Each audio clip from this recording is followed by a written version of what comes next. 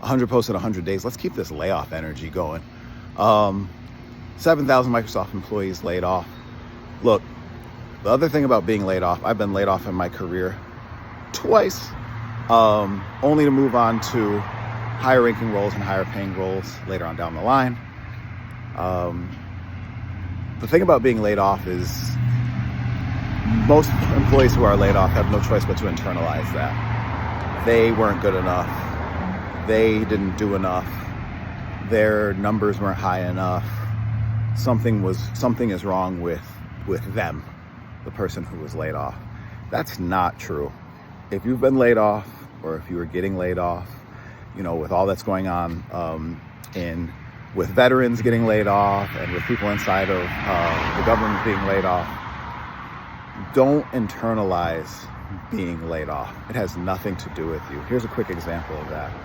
I won President's Club at a Fortune 500 company 2 years in a row.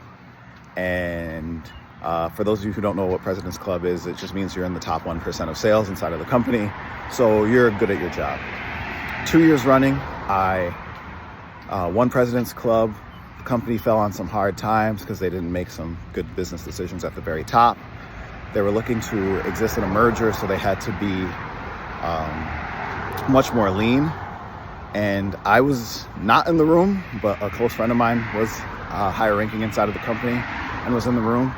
And an executive walked into the room and took a dry erase marker, drew a line across the dry erase board and said, anyone below this black line is fired. And I was below that black line. So what about that is a good business decision, right? You're letting a person go who's clearly done well for the company and done well for themselves and knows how to exist inside of the organization at a high level. But I was just one of the people who was let go. I think a lot of firings are like that, if not worse. I think a lot of firings are about lack of friendships inside of the company or lack of representation for people who can vouch for you and your skill set inside of the company. Don't internalize that. Don't take that anywhere.